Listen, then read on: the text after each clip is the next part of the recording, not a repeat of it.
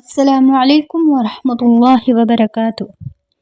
اعوذ باللہ من الشیطان الرجیم، بسم اللہ الرحمن الرحیم۔ الیوم احل لکم الطیبات، آج حلال ہوئی تم پر سب صاف ستھری اور پاک چیزیں۔ وطعام الذین اوتوا الکتاب حل لکم، اور اہل کتاب کا کھانا تم کھا سکتے ہو جن کے اوپر اتاری گئی کتاب حلال ہے تمہارے لیے۔ وطعامکم حل لہم، اور تمہارا کھانا وہ کھا سکتے ہیں، حلال ہے ان پر تمہارا کھانا۔ والمحصنات من المؤمنات، اور حلال ہیں تم کو پاک دامن مسلمان عورتیں۔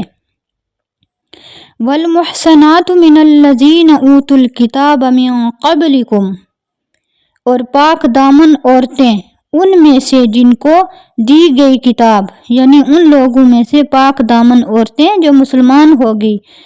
اہل کتاب سے مراد تورات اور انجیل والے، جن کو دی گئی کتاب تم سے پہلے۔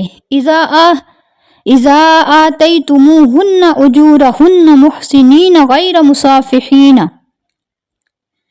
جب دو ان کو حق مہر تم قید میں لانے کو، نہ سستی کرنے نکالنے والی ہوں، اور ولا متخذی اخدان، اور نہ چھپی آشنائی کرنے کو۔ ومن یکفر، اور جو کوئی منکر ہو، جو انکار کرے، بالایمان، ایمان لانے سے، فقد حبط عملہ، اور ضائع کر دیا اس نے اپنے اعمال کو۔